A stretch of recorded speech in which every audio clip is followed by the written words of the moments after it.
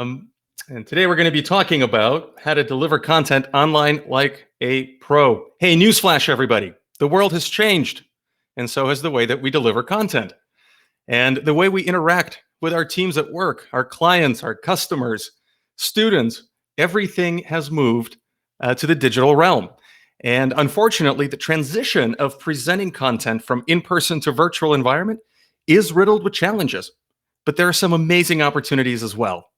So, how can you better engage your participants when there are endless distractions at their fingertips? How can you plan for those technical difficulties that can easily derail the whole event? Well, by the end of this talk, you will have new tools to employ immediately in whatever line of work you're in as you plan your next virtual meeting, a training, a class, event, or a client meeting. And I'm incredibly excited to have this conversation with an amazing content creator, Michael Karsh. Michael is an executive producer and co-founder of Edios Media, an award-winning education video production agency.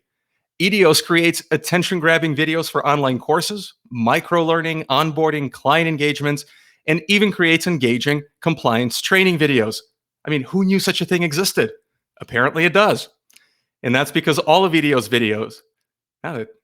videos are designed to inspire learners through the art of storytelling. And so with that, I would like to invite my friend and master storyteller, Michael Karsh. I'm going to bring you on the screen here. Michael, can you hear me? I can hear you. Hey, everyone. Welcome. It's so great to have you. Thanks for coming online. Oh, it's my pleasure. I'm excited about this. Oh, this is incredibly, incredibly important and obviously so relevant and timely because all of us are having these conversations online these days. And I'm sure that I'm going to learn all the mistakes that I'm making. But we'll also talk about the good stuff. So maybe we can start, maybe tell us, like, what are the biggest differences between in-person and virtual events, meetings, classes, training? Let's start there. Sure. So I think it really breaks down into three areas that are the biggest differences. And I'd say the first one is sort of how you prepare or develop your content is going to be different. And we'll dive more into that. But I think the second one is how you actually manage the event, the class, the meeting is also differently, right? So within that, it's going to be the structure, how you're kind of keeping everyone on task, and being able to achieve the goals that you set out. And then I think the third one is engagement. And this is the biggest one. So if you think about it, in a in-person setting, you can engage one-to-one very quickly. You can engage as a group. But in a virtual setting, engagement has a different set of rules and challenges. So I think those are the three key areas. I think within that, they kind of provide a couple of obstacles. And these three areas provide a few obstacles. Obviously, the biggest one that a lot of people face are technological, like tech issues, right? Technology.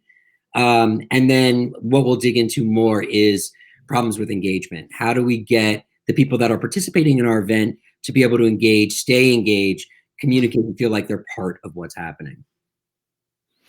Yeah, can you talk about some of those sort of mistakes or common missteps that people take? And I know this is for a broad audience, so we don't know if these folks are necessarily instructors, if they're business people, business owners, team leaders.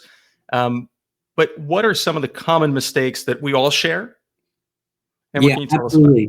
So, and you guys will notice I'm looking off. It's just because I definitely took some notes for this because I wanted to make sure I shared with you guys the good stuff. So I'm going to be looking off screen a little bit, but it's really funny. So I actually myself am taking a course as we're all sheltering in place. I thought this was a perfect time for me to take a class. And it's really funny. Within the first 5 minutes of taking this online class, I started on my other screen writing down all the things that this instructor was doing wrong. So, and doing right also. But here's some things that I find are some of the most common missteps. And they really start first on the technology side.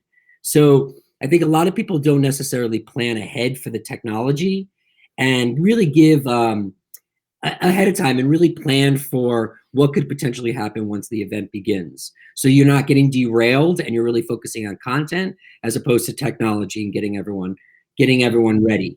So I've seen this happen with so many Zoom calls and so many, is that the first 15 minutes end up being about making sure everyone could be heard or their mics are off and all these things, as opposed to bringing your viewers in, getting them ready for the content you're going to deliver. And so you've already lost, say, 10 or 15 minutes. So that tends to be a big misstep. I think another one is distracting audio, distracting light, distracting backgrounds. Now we know a lot of the time we can't really help this if our kids come into the room. This is our new normal, but we could try to eliminate them as much as possible. So, and then I think another big one that I've noticed is attendees having their mics on, especially in Zoom calls, if they shouldn't. So it's not having those kind of set rules in place as we begin that can then derail the content itself.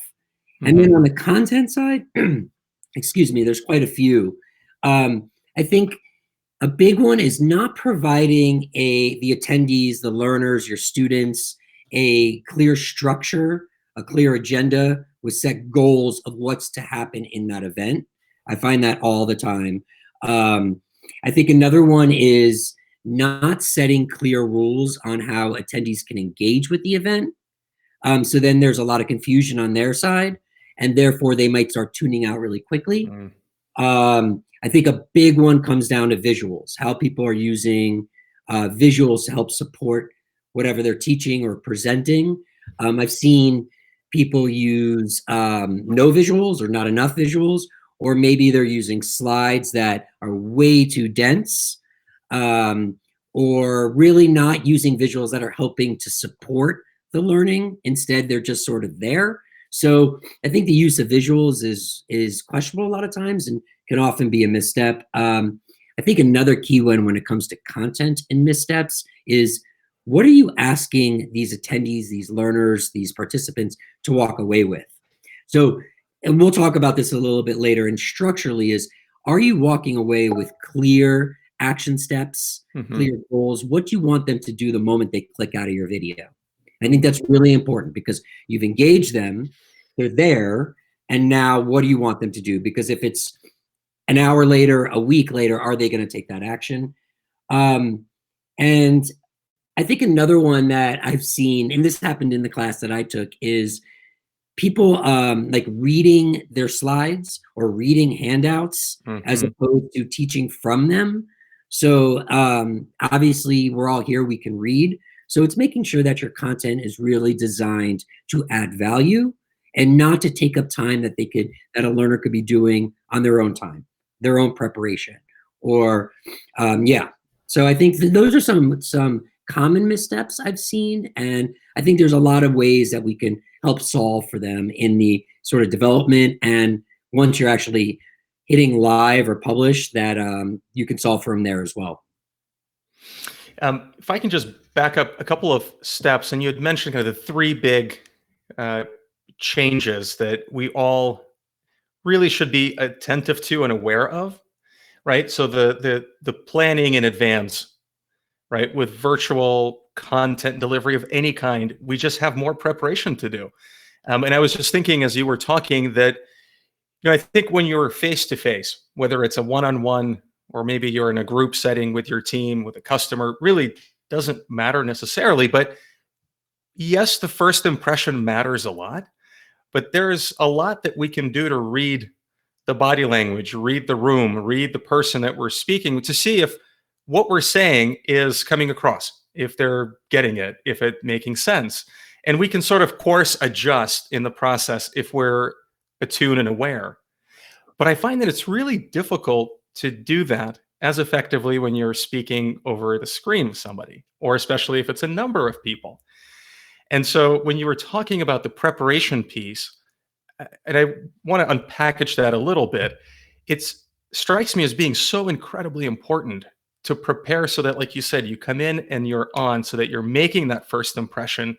And once you make the connection, that you keep the connection throughout that entire engagement. So can we spend some time and talk a little bit more about sort of the planning tips and things that we can do better? Yeah, and I think the best way to think about this is sort of breaking out into two ways. There's, as we said, sort of the planning for the technology, and then planning for the content. But I want to talk about the content, and that's very much what we do at Edios Media. Every time that we work with a new client and we're producing a video, or we're even working with them on content strategy, we start way back at the beginning. And it's a process that we call identifying the 5 pillars of content, right? So any piece of content, so whether you're delivering a meeting, whether you're a presentation, a sales pitch, whatever it might be, a class, a webinar, it all starts with this 5 pillars. And so what we do is, I think the best thing that you can do is do the work up front so that you're identifying a very clear vision of what it is your event is, your content is, whatever that might be.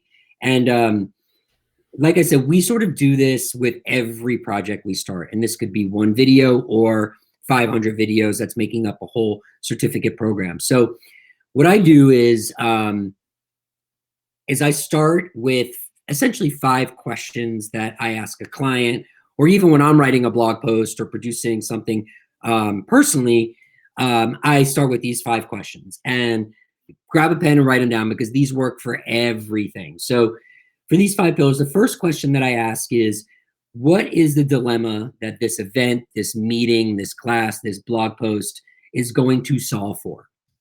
Okay, ask yourself this. And I think that the key to this question is, of asking what the dilemma is, identify what the dilemma is tangibly, but also emotionally.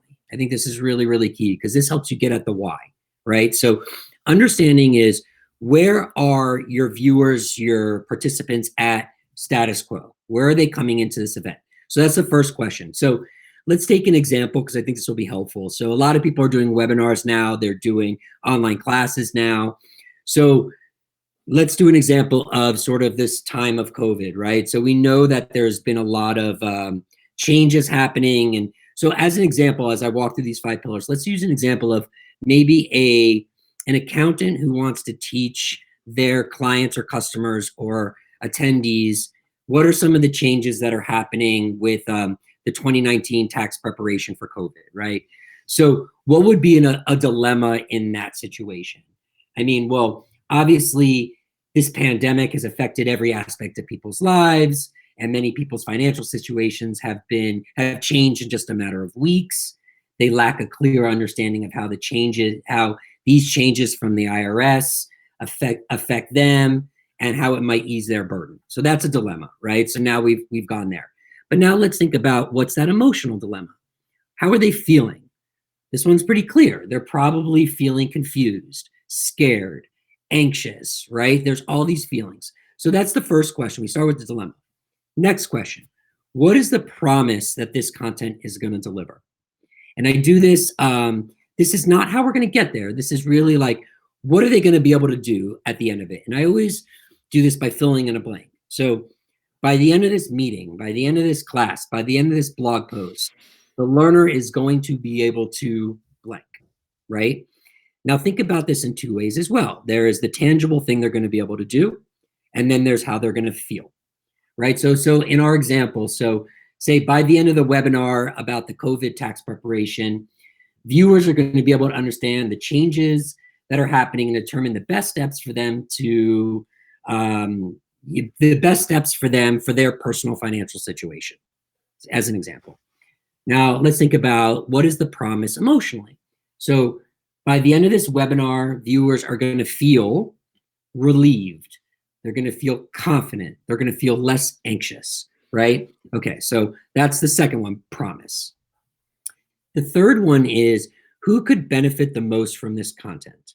Now, this is obviously clearly identifying the audience, but like, think about the question, who could benefit the most? So really start creating a picture of who this person is and how you're going to best serve them. So that's pretty clear. That's your audience.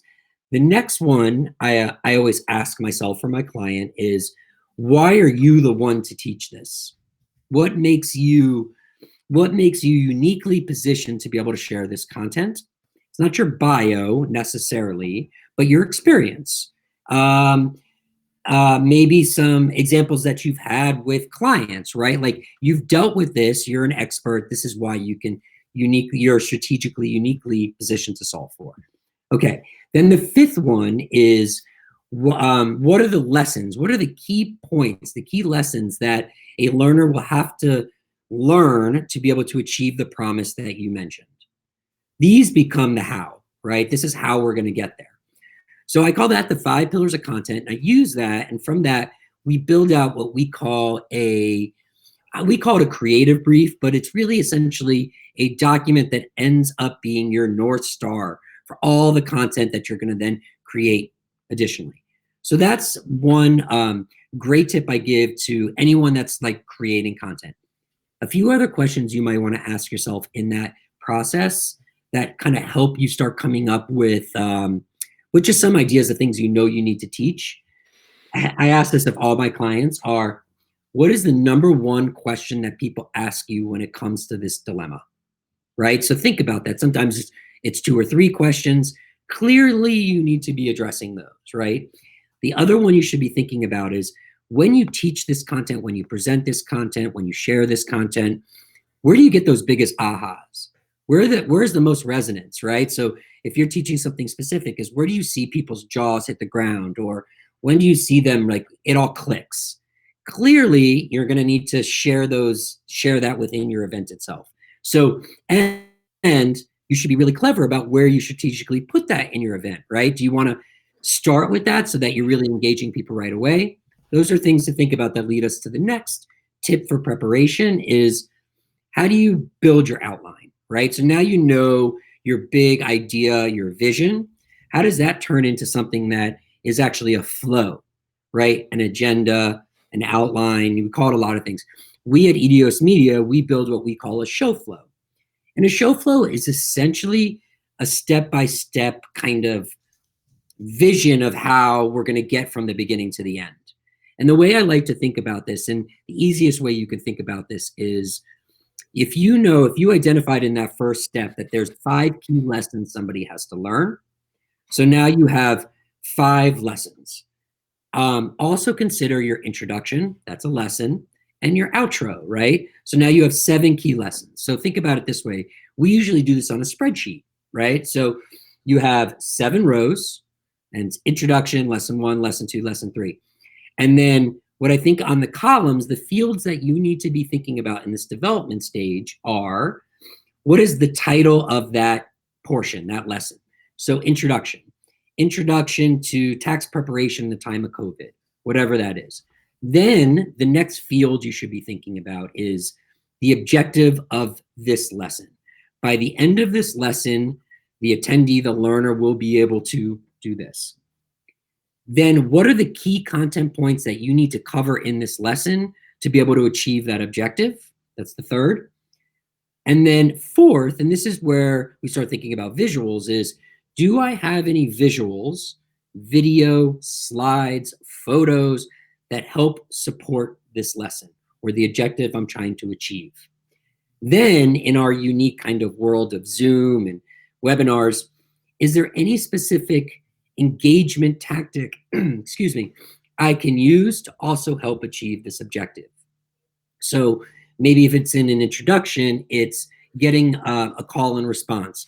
Where is everybody from? That's one, right? Like that could be a great engagement question. So I do this for every single one of the lessons I'm trying to teach. And now you have a flow. So that's a great tactic you can use to start building a really kind of meaty outline. Another really, really great tip on the development and preparation process before your event is send out a clear agenda to all your attendees so that they understand the structure, what's expected of them from beginning to end. Also, if you need them to be somewhere, not be somewhere, but have a certain understanding of where you want them to be through context or whatever, learning, any prerequisites, send them all out ahead of time. Give them plenty of time to create that scaffolding so that they can come in ready to go, right? You don't want them confused on the outset. So do you have handouts? Do you have exercises, worksheets you want them to fill in? Send that stuff out all ahead of time. And then obviously the same thing, send them out any technology needs they're gonna need step by step, make it visual potentially so that they're easily able to get online to the platform you're using.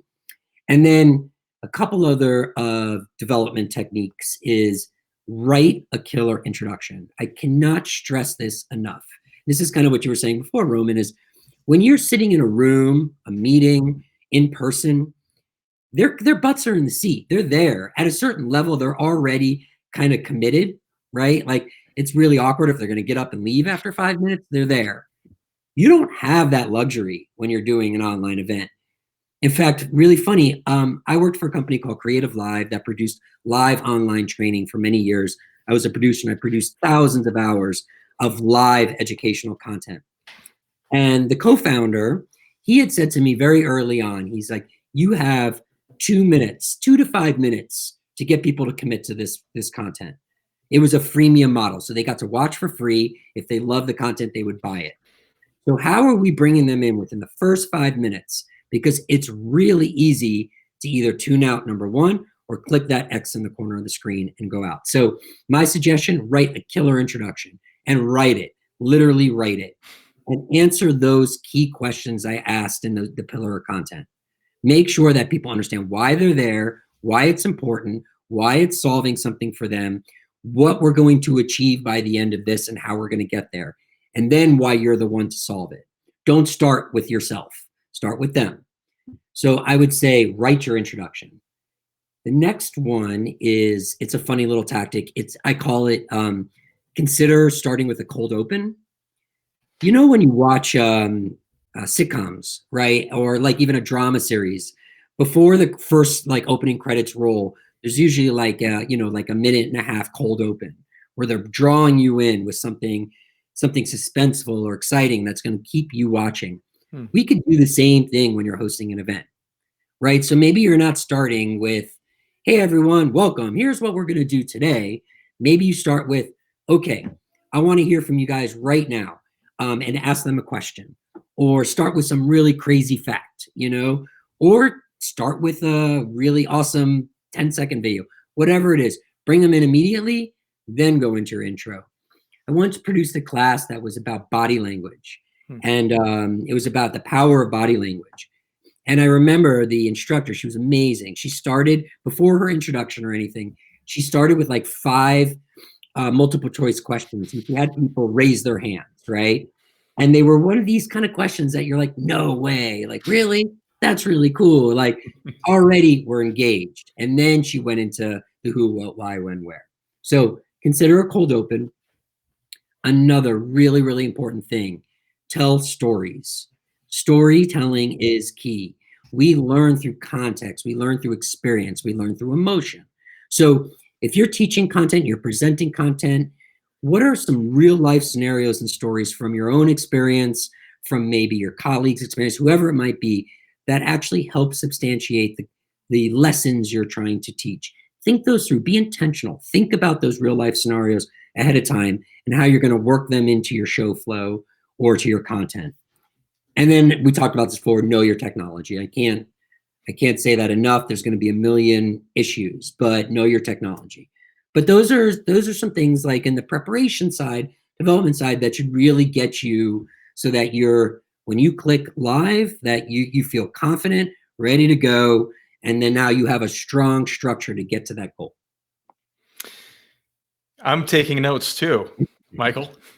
It's so great to have you put all of this into context, and I can see how, for someone that's building either an online course or some type of an ongoing engagement where we need to really think through all of these steps. I mean, this is essential, and if whoever is listening to this is doing that, certainly take those notes. But I'm also taking myself sort of and separating it from the content creation for a course and thinking, if I'm a business owner, or if I'm perhaps in the front lines as a salesperson, or maybe I'm that CPA that needs to now share this content with people through these digital kind of tools. A lot of this can seem intimidating, right? There's just so much stuff that all of a sudden I'm not a producer. I'm not a writer. I'm not an editor. Like, how do I do this? And can you boil these things down, let's say, for those of us who are doing this for work every day because I think that you're so spot on where you tell us to remember to prepare. And the way we prepare for these is different than if we were in person. So, just for a second, would you mind just condense and highlight the things that professionals can do perhaps in getting ready for a client call, a team meeting, um, or something that's work related directly as a one time event as opposed to an episodic one? Yeah, I think the key is being really, really intentional about what you're trying to articulate. So whether it is even just a half hour meeting or an hour meeting or a presentation, is take that time and answer those 5 questions, because what you've already done is created a vision for yourself that you're now able to articulate. Hmm. Um, Prepare, I would say, as much as you can, like take the time to rehearse a little bit. And then I'd say the other thing too is we're not all experts. I am definitely not a technology expert. So enlist help, I think, is a big one. Is crowdsource, ask your friends, is like, what's the best platform that you used? But I think when it comes to content, is just being super intentional about what it is you're trying to achieve, why it's important for them. And even if it's a meeting, right? Like, it's really important to understand is like, what are they getting out of this? Because that is why we do things, right? And like, how many of us have sat in meetings and we have tuned out immediately because this is not talking to me, what my needs are, what I'm hoping to achieve. So it's really being very, very clear about who your audience is, Hmm. and really, really identifying that and understanding is where they're coming from, where they're hoping to land. And so, like, the way I think about it is like, I come from a storytelling background. So, like, I think of, for me, and I know this is not condensing it, but like, I always think about my learner as a character, right? And like, if you think about any general story, the character starts here, they have a goal, something sets them off, and then things happen so they get to their resolution. It's not that much different when you're trying to walk someone through a process or a presentation. It's the same kind of thing. Like, we have to understand is like, where are they now? How are we going to get them to where we want them to be? How do they feel now? And then how are they going to feel? And when you actually think that through, I think it inevitably starts coming out in your presentation, Hmm. right? So I think, like, as best, my suggestion is do that development work up front. It doesn't have to be hours and hours of time. Answer those 5 questions. If you don't have the energy or the time to build a very like detailed outline, know where you're starting and how you're going to end, and think that through like a start, a middle, and an end, like a story. Because if people get lost, and I've seen this all the time, if attendees get lost, it's really hard to bring them back in if they're lost. Hmm. So just let them know where they are, and like constantly remind them where you're going to take them, where they're going to be, what they're going to be able to do. I hope that sort of answered your question. It's incredibly helpful. Can you give us some examples of how you would tell people where they are? I know in the beginning, here's what you're going to learn, here's how you're going to feel, and here's what you can experience. But how do you grab someone back if you feel like in the middle of a meeting, you're seeing people sort of sit back in their chairs or if their eyes are all over the screen? How do you remind them, like, this is where we are and this is where we're headed? So I think, well, okay, so that's really interesting, and now we're getting a little bit more detailed. So a tactic that we often use, and this is something you can do with your visuals, is we call it a breadcrumb. Okay, and this is a really, really great tactic to. It's interesting. Like, the way I think about this, we were talking about story, is Hmm. setting, right? Like, when you're watching a film or you're watching a TV show, you see where the setting is taking place and where it's going. So I call it a visual breadcrumb. Now imagine a breadcrumb almost as if, oh, it's like a subway map. That's one Hmm. way to think about it, is where are you starting and where are you going and where are all the stops along the way.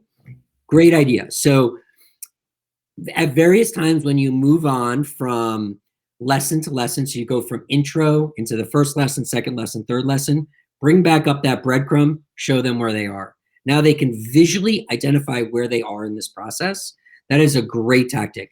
A lot of, if you've ever taken an online class on, like, say, Coursera or any of these MOOC platforms, a lot of times when you're taking the video, you can see the breadcrumb on the left side. It's literally there for you. You see where you are, where you've been, and where you're going. But this is something you could easily create with a slide. And it's a really, really great tactic so that if somebody's feeling lost, you can kind of bring them back in. That's a great tip. Thank you. Um, so you mentioned a couple of minutes ago that if we need help to reach out to our friends, to our community, but I also want to ask you to talk a little bit about what Edios Media does, because I know you guys are a tremendous resource and you're so good at creating these engaging videos that tell stories. And I know that you've worked with both big and small companies. So tell the viewers a little bit about the work that you do and who you work with, and when people can reach out and for what. Sure. So we started Edios Media, and me and my business partner both come from a Hollywood background. So we worked for years developing TV, online content, film content, kids TV shows. And so we had this sort of idea that video education should have that same sort of level of engagement. And we should think about video content as story.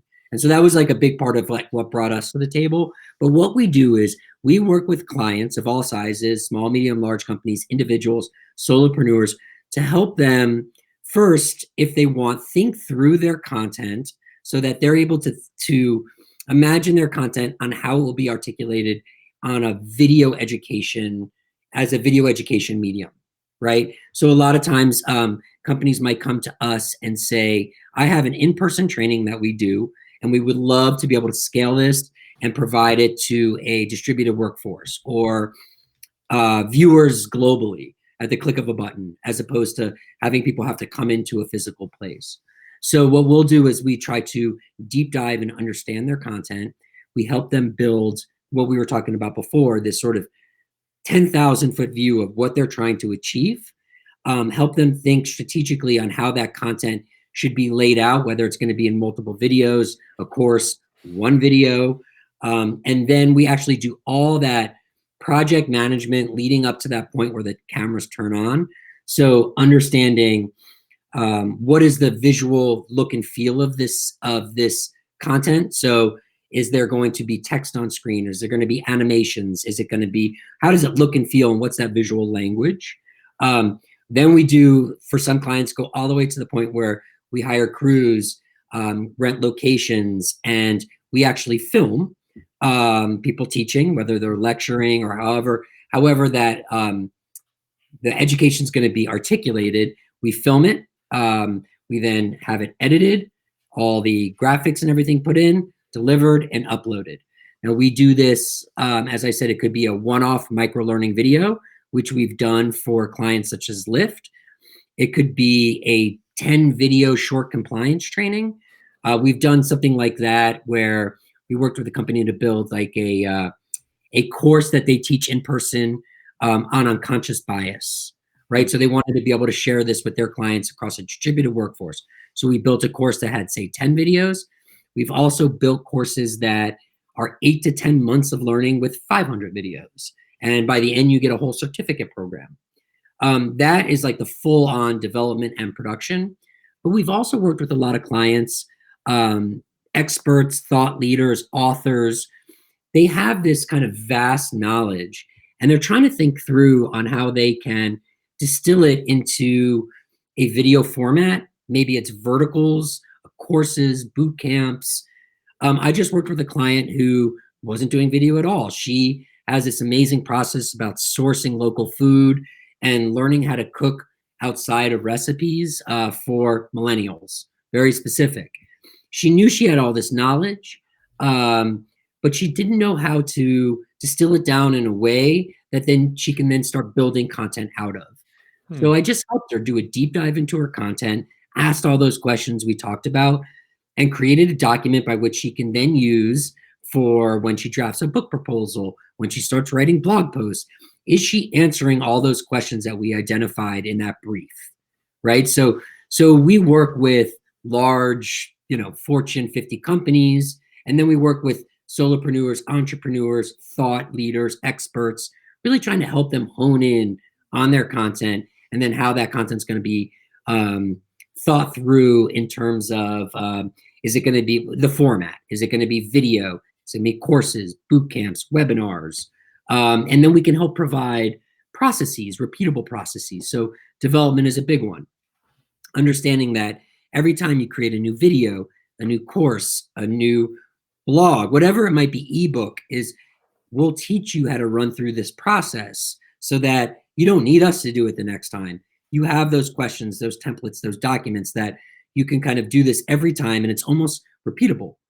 And then whether or not we film it or not, we've worked with people where we teach them everything they need to learn up to the point of turning the camera on.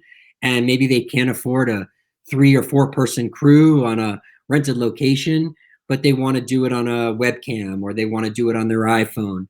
We can get them to that point so all those processes are templated, and then they can kind of turn the camera on. And there's a consistency. There's a consistency in look and feel, in quality, in language, all of those things. So it's sort of like, a very kind of winding explanation of how we can help.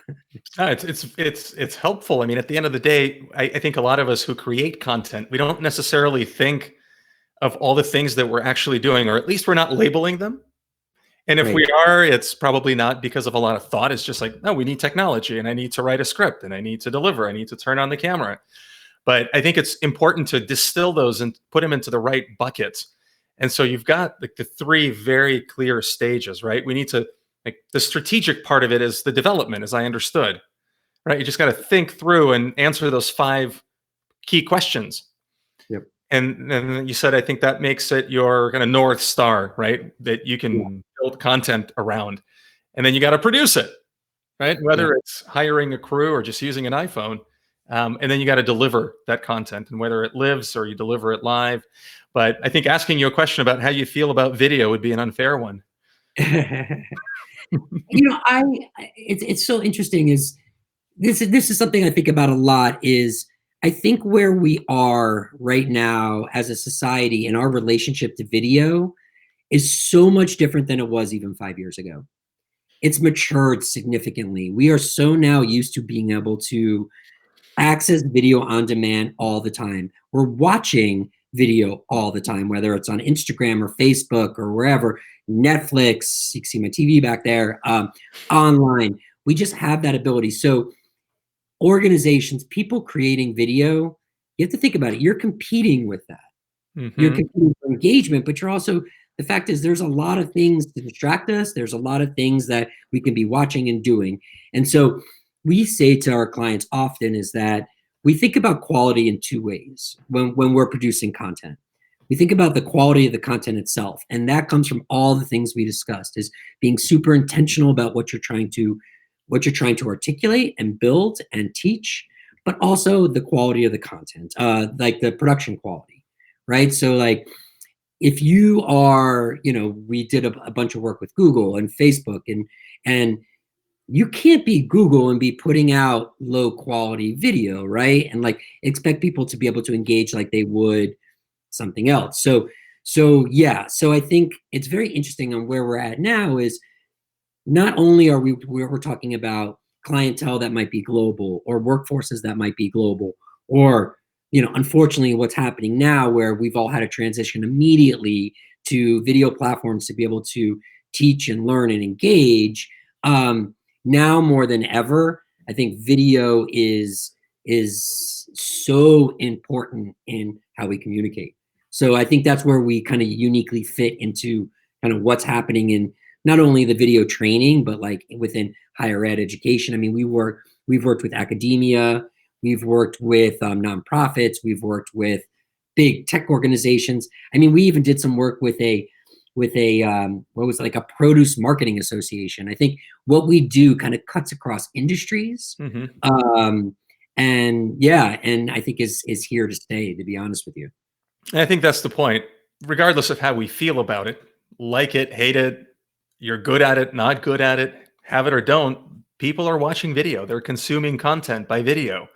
And I think it's important for us to adapt. And this event, as unfortunate and horrible as it is, has really kind of put a spotlight on how important digital content and video really is. And it all of a sudden made all of us kind of overnight producers, content deliverers, and I don't know. I think we're all trying to figure this out, and so it's really helpful to hear from someone like yourself that can just give us really important big tips that can help us do better. And if we want some more help, we know who to call.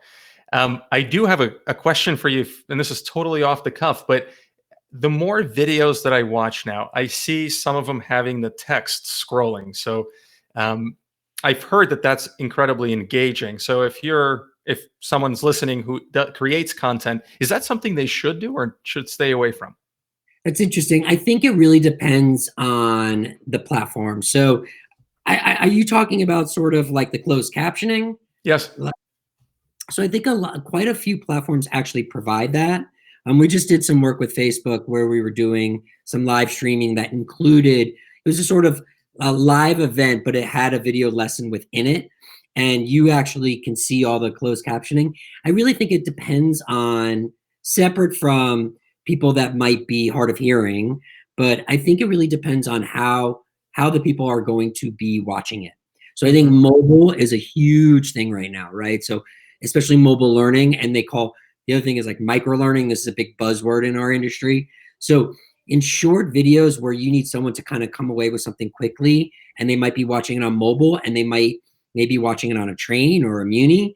Yeah, I think that's really, really important. And it is something that you should be planning for, because a lot of the work we do when someone's teaching, there's other visuals that people are looking at. So a lot of times when we're actually editing, we have to pay attention to that kind of that lower little bit where we know that the closed captioning is going to go.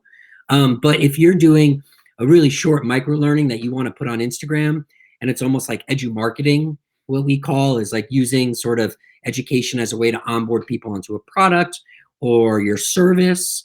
And it's going to be 30 seconds, 45 seconds, and you want them to walk away with something key. Yeah, I think it probably makes a ton of sense on Instagram or Facebook. If you're building a larger course where they are paying for it, they're engaged, they're going to sit there, I don't know how necessary that would be. But maybe you would want to be able to provide what we call scaffolding, like additional content if people want to continue to learn things. So yeah, I think it really just depends on the platform that you're putting this content out on. That's good. Well, thanks for addressing it. I think it's important and it's a good distinction. Again, as a lot of us, probably people watching this video or will be watching this video, we're not pros. And so these are really good tips that we can all take away and do better. And then for those of us who are either thinking about producing real content that's going to engage and keep people engaged, it's great to have you guys as a resource. I would like to share a little bit about your company and who you guys can really help the most, because I know you do cover that broad range. Can you quickly tell us in closing, sort of, if people need your help, who and how can they reach out to you? And if you don't mind, I'm going to put up your email address so people can contact you.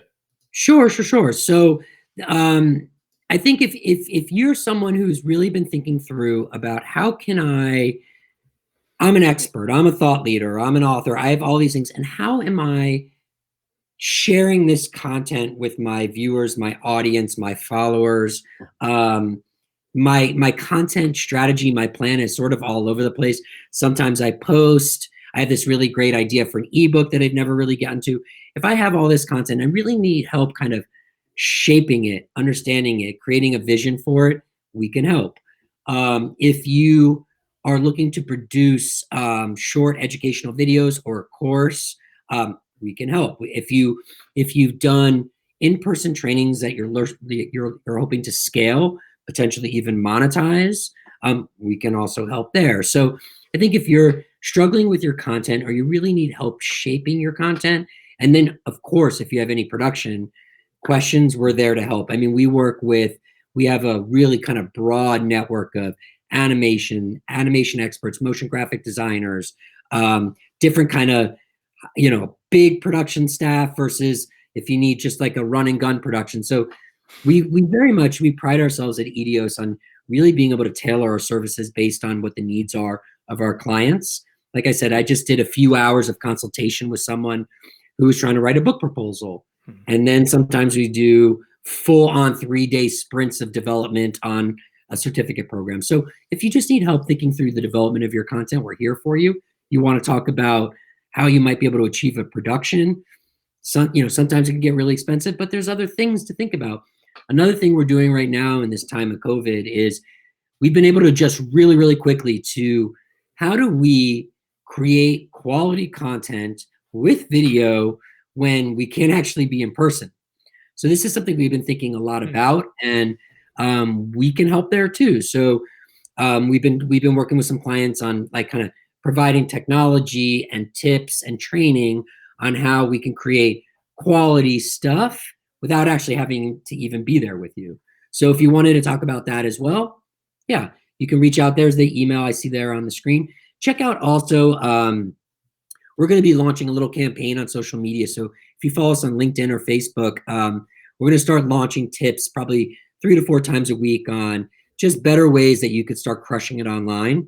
Little things here and there. A lot of it we talked about here, but also just things that we've learned in our experience that might be little just tips and tricks to kind of up your game a little bit. I should probably myself be taking some of them with my lighting in this place. It's pretty awful, and I apologize for that. But yeah, so check out our social media. Reach out to us on. We're always happy to talk to anyone and see if we can help you out. And I think you said you had some good material also on your blog that folks should check. Yeah, and I've been working on something. We've been working. So my business partner Elizabeth, she's a kind of production guru. She's a project management guru. She has a lot of great posts on there about how to think about when you teach online, how to think about some technology project management skills. I focus a lot more on content, so you'll see a lot of storytelling content blogs on there, blog posts on there. Yeah, so check it out. We're adding stuff all the time as well. Well, thanks for being a huge resource and reminding us of all the good things that we should be doing and avoid some of the things that can get us in trouble. So, Michael, this has been tremendously helpful. I hope everyone who is watching this has walked away with at least 2 pages full of notes. And Michael, any last thoughts or tips that you'd like to leave us with? Yeah, I do want to say is we connect with people. People connect with people. I think that is key. And so at the end of the day, with all this kind of, when you're thinking through all this preparation and technology and all this stuff, is be yourself. I think that's what we connect to. So you can be humorous, you can be emotional, you can be all those things. So I really think at the end of the day, be yourself, but make sure that you're just intentional and that you're doing the work up front so that you're really providing the value you hope to your viewers, your audience, your students. I think that's key. Well, and on that note, thank you. And we'll keep following you and continuing to get better at this. It's my pleasure. Thank you so much for having me, Roman. Thanks, Michael. Be well. Take care. Bye.